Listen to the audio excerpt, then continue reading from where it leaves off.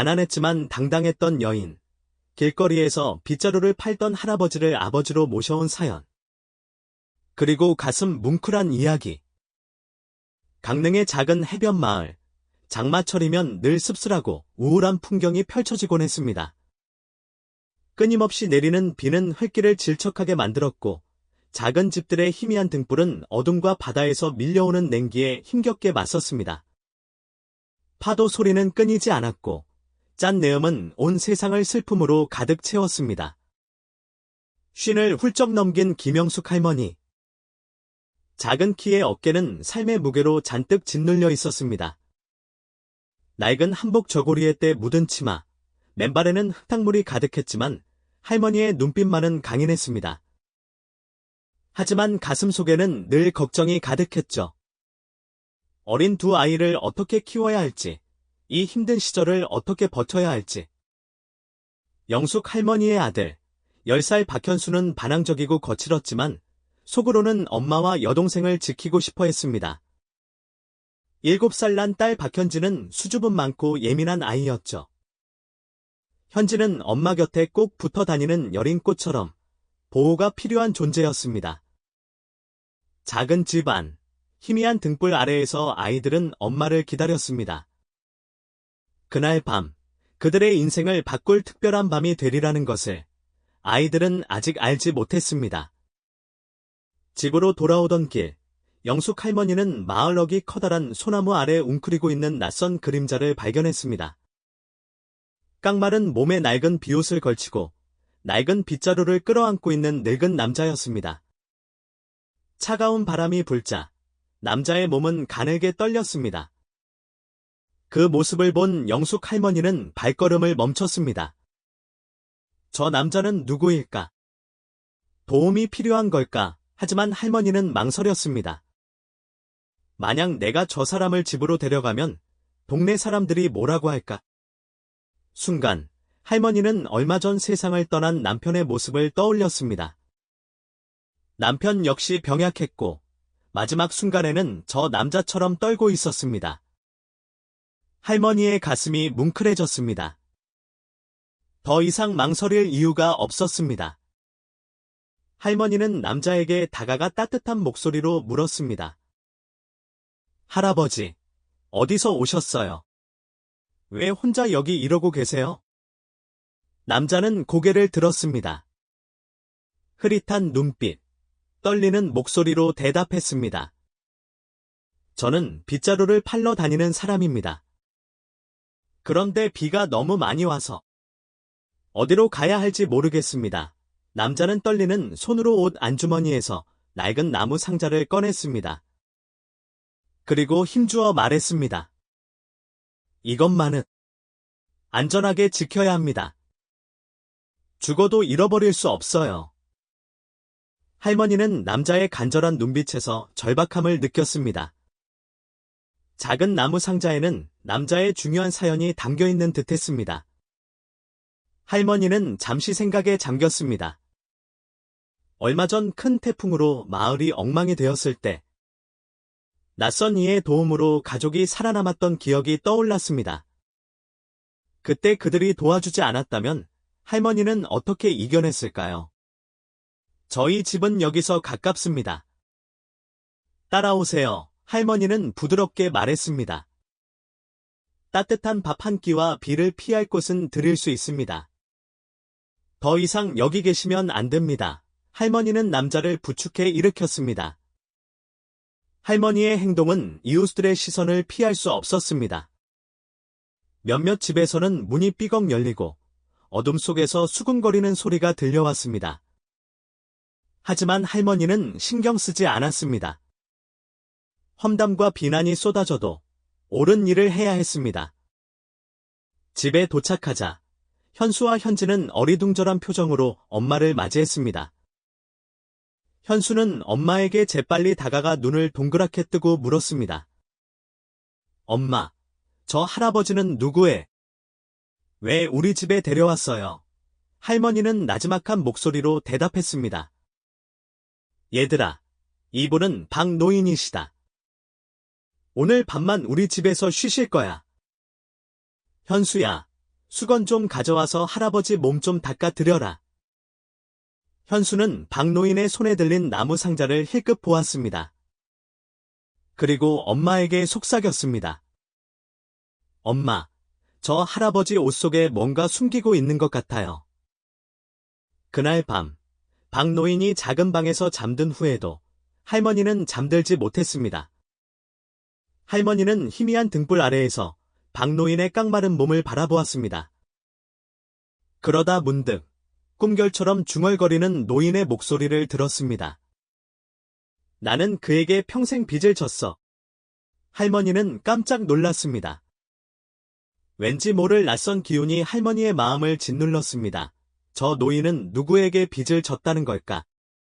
그리고 왜 남편의 이름이 적힌 편지가 저 상자 안에 있는 걸까? 할머니는 밤새도록 잠을 이루지 못했습니다. 작은 나무 상자는 할머니의 생각을 자석처럼 끌어당겼습니다. 기억과 호기심의 소용돌이 속으로 할머니를 밀어 넣었죠. 희미한 등불은 할머니의 슬픈 얼굴을 비추고 있었습니다. 옆방에 누운 박노인은 힘겹게 숨을 쉬고 있었지만 편안해 보이지는 않았습니다. 현수는 엄마가 일찍 자라고 했지만 잠들지 못하고 방문 틈으로 몰래 밖을 내다보고 있었습니다. 엄마, 저 상자 안에 뭐가 들어있는 거예요? 현수는 동생 현지에게 속삭였습니다. 현지는 고개를 저으며 이불 속으로 파고들었습니다. 오빠, 그러지 마. 엄마가 알면 혼날 거야. 현지는 작은 목소리로 말했습니다. 할머니는 아이들을 바라보며 깊은 생각에 잠겼습니다. 아이들의 발소리에 박노인이 깨어났습니다. 희미한 새벽 햇살이 창문을 통해 들어오자 노인의 얼굴이 조금 밝아졌습니다. 할머니는 부엌에서 분주하게 움직였습니다. 냄비에서 보글보글 끓는 소리가 방 안을 따뜻하게 채웠습니다. 할아버지, 밤새 안녕하셨어요. 할머니는 부드러운 목소리로 물었습니다. 박노인은 고개를 끄덕이며 감사의 눈빛을 보냈습니다. 하지만 할머니가 어젯밤 일과 남편의 이름이 적힌 편지에 대해 묻자 노인은 잠시 침묵했습니다. 부인, 그 일에 대해 물어보시는군요. 노인은 머뭇거리며 말했습니다. 할머니는 재촉하지 않고 노인의 대답을 기다렸습니다. 말씀드리겠습니다. 하지만 지금은 아닙니다. 아직은 말씀드릴 수 없는 일이 많습니다. 노인의 말은 할머니를 더욱 혼란스럽게 했습니다. 현수는 더 이상 참지 못하고 노인에게 다가갔습니다. 할아버지, 그 상자 안에 뭐가 들어있는데요? 노인은 깜짝 놀라 상자를 움켜쥐었습니다. 이것은 내 과거의 전부다. 노인의 짧은 대답은 방안을 더욱 무겁게 만들었습니다. 현수는 더 묻고 싶었지만 엄마의 엄한 눈빛에 입을 다물었습니다. 간단한 아침 식사 후 박노인은 조심스럽게 말했습니다. 이제 더 이상 폐를 끼치고 싶지 않습니다. 시장에 가서 빗자루를 팔아야 합니다. 할머니는 고개를 저었습니다. 며칠 더 쉬었다 가세요. 제가 사람을 시켜 빗자루를 팔아다 드리겠습니다. 할머니의 거절에 노인은 잠시 숨을 멈췄지만 더 이상 아무 말도 하지 않았습니다. 바로 그때 할머니의 오랜 친구인 강능댁이 방문했습니다. 하지만 강능댁은 박노인을 보자마자 얼어붙었습니다. 저분은 왜 여기 계신 거죠? 강능댁은 떨리는 목소리로 물었습니다. 박노인 역시 당황한 듯 보였습니다. 강능댁, 혹시 이분을 아세요? 할머니는 놀라서 물었습니다. 하지만 강능댁은 대답 대신 황급히 자리를 피했습니다. 나중에 다시 올게요. 강능댁은 서둘러 떠났고 할머니는 더욱 혼란스러워졌습니다. 그날 밤, 저녁 식사 후 박노인은 할머니 앞에 앉았습니다. 부인께 모든 것을 말씀드려야 할 것 같습니다. 노인은 낡은 나무 상자에서 빛바랜 편지 한 통을 꺼냈습니다. 잉크는 희미해졌지만 글씨는 또렷하게 알아볼 수 있었습니다. 할머니는 남편의 글씨임을 단번에 알아봤습니다. 이것은 그분이 제게 한 약속입니다. 편지는 오래전 큰 홍수로 마을이 휩쓸려갔던 날의 이야기를 담고 있었습니다. 할머니의 남편은 젊은 시절 급류에 휩쓸려 죽을 뻔했지만 낯선 남자, 바로 박노인의 도움으로 목숨을 건졌습니다. 하지만 박노인은 그 과정에서 가족을 잃었습니다. 저는 그분께 빚을 졌습니다. 그분은 제게 언젠가 도움이 필요하면 내 가족을 찾아가라고 하셨습니다. 박노인의 눈에 눈물이 고였습니다. 할머니는 박노인을 빤히 바라보았습니다. 가슴 속에 슬픔과 감사가 뒤섞였습니다. 남편을 구해준 사람에 대한 고마움과 그를 제대로 대접하지 못한 미안함이 뒤섞였습니다. 하지만 그 상자는 할머니가 조심스럽게 물었습니다. 그 상자 안에는 제 과거의 전부, 그리고 제가 편히 살 수 없는 이유가 들어있습니다. 박노인의 대답은 여전히 알쏭달쏭했습니다. 할머니는 아이들을 재우고 박노인과 함께 밤늦도록 이야기를 나누었습니다. 희미한 등불 아래 두 사람은 서로의 아픔과 상처를 위로했습니다. 다음 날 아침, 할머니는 박노인과 함께 길을 나섰습니다. 손에는 지도와 등불, 그리고 약간의 식량을 챙겼습니다. 어디로 가는 거요? 박노인이 물었습니다. 당신 남편이 편지에 적어놓은 곳, 모든 것이 시작된 곳으로 할머니는 단호하게 대답했습니다. 아이들은 문 앞에서 엄마를 배웅했습니다. 엄마, 조심해서 다녀오세요. 현지가 울먹이며 말했습니다. 현수는 엄마를 꼭 안아주었습니다. 엄마, 무슨 일이 있으면 꼭 저한테 얘기하세요. 할머니는 아이들의 머리를 쓰다듬고 강릉댁에게 아이들을 부탁했습니다. 그리고 박노인과 함께 험난한 여정을 시작했습니다. 좁은 산길은 험하고 가팔랐습니다. 햇빛은 나뭇잎 사이로 쏟아져 내렸고 바람은 나뭇잎을 흔들며 속삭였습니다. 이곳에 와본 적이 있습니까? 할머니가 물었습니다. 박노인은 잠시 멈춰서서 커다란 바위를 가리켰습니다. 바위에는 희미한 자국이 새겨져 있었습니다. 홍수에 휩쓸려 내려갈 때 잠시 정신을 잃었다가 이곳에서 깨어났습니다. 이 표시는 제가 다시 길을 찾기 위해 새겨둔 것입니다. 할머니는 바위의 자국을 자세히 살펴보았습니다.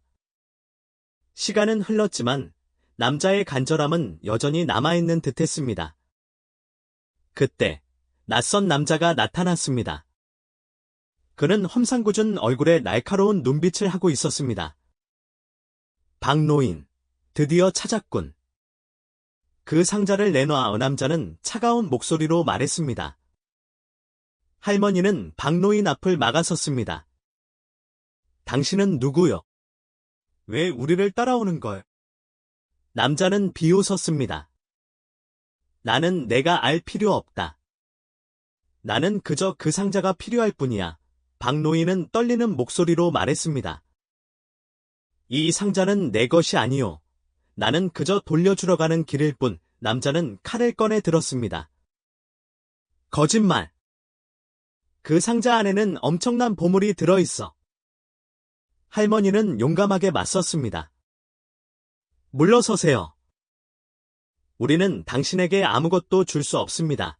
그때 숲속에서 또 다른 인물이 나타났습니다. 그는 중년의 남자였고 강직한 인상을 하고 있었습니다. 무슨 짓이냐? 남자는 위험 있는 목소리로 외쳤습니다.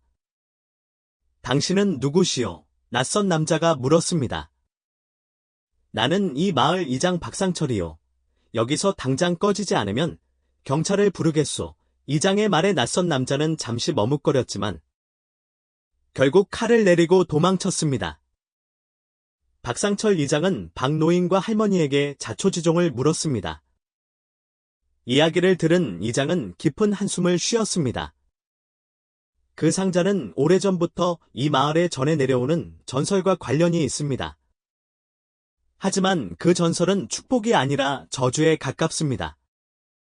이장의 안내로 할머니와 박노인은 숲속 깊은 곳에 있는 작은 동굴에 도착했습니다. 동굴 안은 습하고 어두웠지만 한가운데에는 작은 제단이 놓여 있었습니다. 제단 위에는 오래된 두루마리가 놓여 있었습니다. 박노인은 떨리는 손으로 두루마리를 펼쳤습니다. 낡은 종이에는 낯선 글자들이 빼곡하게 적혀 있었습니다. 이것은 고대 문자. 할머니는 놀라서 물었습니다. 박상철 이장은 고개를 끄덕였습니다. 이것은 우리 조상들이 남긴 경고문입니다. 이 동굴에는 오래전부터 저주받은 보물이 숨겨져 있다고 합니다. 그 보물을 탐하는 자는 반드시 불행을 겪게 된다고. 박노인은 깊은 생각에 잠겼습니다. 그리고 마침내 결심한 듯 두루마리를 제단 위에 다시 올려놓았습니다. 저는 보물을 찾으러 온 것이 아닙니다. 그저 잃어버린 기억을 찾고 빚을 갚으러 왔을 뿐입니다. 그때 동굴 밖에서 소란스러운 소리가 들려왔습니다. 낯선 남자와 그의 일당이 다시 나타난 것입니다. 찾았다. 저들이 보물을 가지고 있다. 남자는 흥분한 목소리로 외쳤습니다. 박노인은 할머니와 이장을 바라보며 말했습니다. 저들을 막아야 합니다. 보물은 절대 저들의 손에 들어가서는 안 됩니다. 세 사람은 동굴 입구를 막고 필사적으로 싸웠습니다. 할머니는 빗자루를 휘두르며 용감하게 맞섰고 박노인은 지팡이를, 이장은 낫을 들고 싸웠습니다. 격렬한 싸움 끝에 낯선 남자와 그의 일당은 결국 도망쳤습니다. 하지만 박노인은 큰 부상을 입었습니다. 할머니는 눈물을 흘리며 노인의 상처를 닦아주었습니다. 할아버지, 괜찮으세요? 박노인은 힘겹게 웃었습니다. 나는 이제 빚을 다 갚은 것 같소. 할머니는 박노인의 손을 꼭 잡았습니다. 아니에요, 할아버지. 우리는 이제 시작이에요. 함께 이겨낼 거예요. 그때 동굴 안에서 희미한 빛이 뿜어져 나오기 시작했습니다. 제단 위에 놓인 두루마리가 빛을 내고 있었습니다. 빛은 점점 더 강해졌고 마침내 동굴 전체를 환하게 비추었습니다. 그리고 두루마리 속 글자들이 움직이기 시작했습니다. 글자들은 허공에 떠올라 아름다운 이야기를 만들어냈습니다. 그것은 오래전 욕심과 탐욕으로 인해 잃어버린 우정과 사랑, 그리고 용서와 화해에 대한 이야기였습니다. 이야기를 모두 읽은 박노인은 눈물을 흘렸습니다. 이제 모든 것을 알 것 같습니다. 할머니는 박노인의 어깨를 감싸 안았습니다. 할아버지, 이제 괜찮아요. 우리는 함께 이겨낼 수 있어요. 그 후 박노인은 마을의 남아 할머니, 현수, 현지와 함께 살았습니다. 노인은 마을 사람들에게 글을 가르치고 아이들에게는 옛 이야기를 들려주었습니다. 그리고 할머니와 함께 밭을 가꾸고 닭을 치며 행복하게 살았습니다. 마을 사람들은 박노인을 존경하고 따랐습니다. 노인은 마을의 어른이 되었고 지혜와 용기로 사람들을 이끌었습니다. 그리고 저주받은 보물 이야기는 이제 더 이상 저주가 아닌 희망과 사랑의 이야기로 바뀌었습니다. 시간이 흘러 현수와 현지는 어엿한 청년과 숙녀로 자랐습니다. 현수는 아버지처럼 용감하고 정의로운 청년이 되었고, 현지는 어머니처럼 따뜻하고 현명한 여인이 되었습니다. 그리고 두 사람은 박노인을 친할아버지처럼 따르며 행복한 가정을 이루었습니다. 어느 날, 박노인은 할머니와 함께 바닷가에 앉아 석양을 바라보았습니다. 노인의 눈에는 깊은 평화가 깃들어 있었습니다. 나는 참으로 행복한 사람이요. 노인은 미소를 지으며 말했습니다. 할머니는 노인의 손을 꼭 잡았습니다.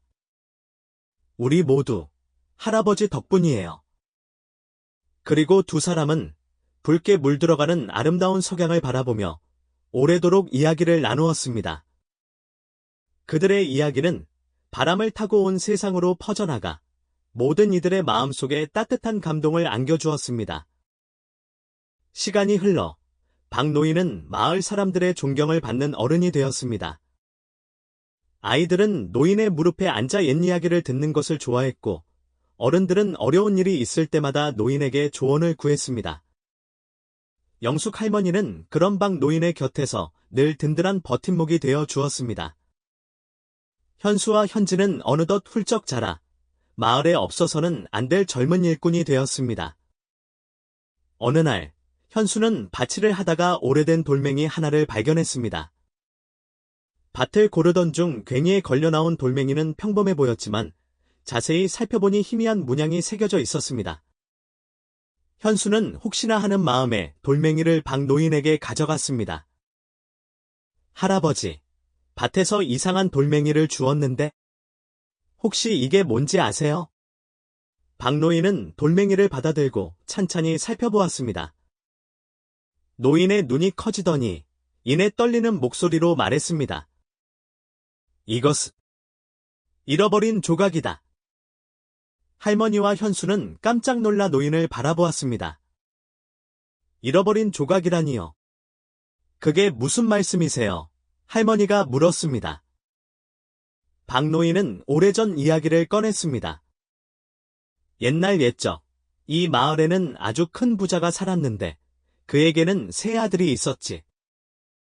부자는 죽기 전에 아들들에게 유산을 똑같이 나눠주려 했지만 욕심 많은 아들들은 서로 더 많은 재산을 차지하려고 다투었어.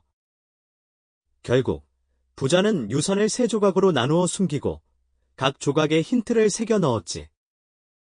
그리고 아들들에게 말했어. 너희가 진정으로 형제애를 깨닫고 힘을 합쳐야만 유산을 찾을 수 있을 것이다. 하지만 아들들은 끝내 화해하지 못했고 유산은 영원히 잊혀졌지.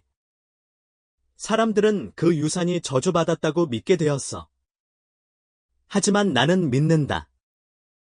그 유산은 단순한 재물이 아니라 형제간의 우애, 그리고 사랑과 용서의 가치를 담고 있는 것이라고. 할머니는 박노인의 눈을 바라보았습니다.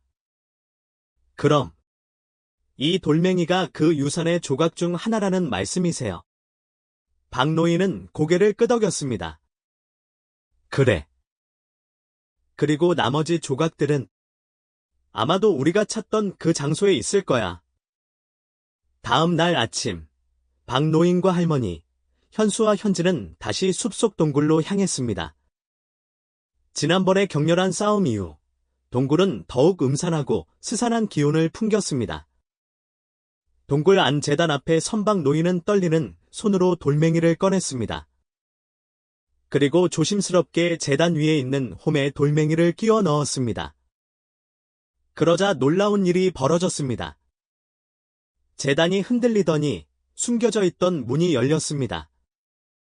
문 안에는 좁고 어두운 통로가 이어져 있었습니다. 박노인은 망설임 없이 통로 안으로 들어섰습니다. 할머니와 아이들도 노인의 뒤를 따랐습니다. 한참을 걸어가자 넓은 공간이 나타났습니다. 그리고 그곳에는 놀랍게도 아무것도 없었습니다. 이럴 리가 없어. 박노인은 허탈한 표정으로 중얼거렸습니다. 그때 현지가 무언가를 발견했습니다. 할아버지, 저기 벽에 뭔가 쓰여 있어요. 현지가 가리킨 곳에는 희미한 글씨가 새겨져 있었습니다. 욕심은 눈을 멀게 하고 사랑은 길을 밝힌다. 박노인은 천천히 글을 읽었습니다.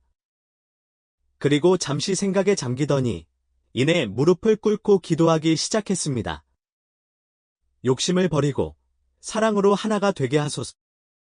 노인의 간절한 기도에 놀라운 변화가 일어났습니다. 벽이 갈라지더니 그 안에서 눈부신 빛이 쏟아져 나왔습니다. 빛은 방 안을 가득 채웠고 모두의 눈을 멀게 할 정도였습니다. 빛이 사라지자 그곳에는 아름다운 정원이 펼쳐져 있었습니다. 꽃들은 활짝 피어 있었고 맑은 시냇물이 졸졸 흐르고 있었습니다.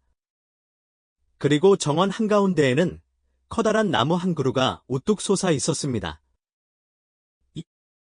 이곳이 바로 박노인은 믿을 수 없다는 듯 중얼거렸습니다. 그때 나무 뒤에서 한 노인이 나타났습니다. 노인은 인자한 미소를 지으며 박노인에게 다가왔습니다. 오랜만이군, 박서방. 박노인은 깜짝 놀라 노인을 바라보았습니다. 당신은? 노인은 미소를 지으며 대답했습니다. 나는 이 정원을 지키는 정원사일세. 자네가 올 줄 알고 오랫동안 기다리고 있었지. 정원사는 박노인에게 낡은 상자를 건네주었습니다. 이것이 자네가 찾던 것일세. 상자 안에는 보석이나 금은보화가 아닌 한 장의 편지가 들어 있었습니다. 욕심을 버리고 사랑으로 하나가 될 때 진정한 보물을 찾을 수 있을 것이다. 편지를 읽은 박노인은 눈물을 흘렸습니다. 그리고 할머니와 현수, 현지를 꼭 안아주었습니다. 고맙다. 너희들이 없었다면 나는 결코 이곳에 오지 못했을 거야. 그 후 박노인은 마을 사람들과 함께 정원을 가꾸고 어려운 이웃을 도우며 살았습니다. 그리고 그들은 깨달았습니다. 진정한 보물은 눈에 보이는 것이 아니라 마음속에 있다는 것을. 시간이 흘러 박노인은 세상을 떠났지만 그의 이야기는 영원히 사람들의 마음속에 남았습니다.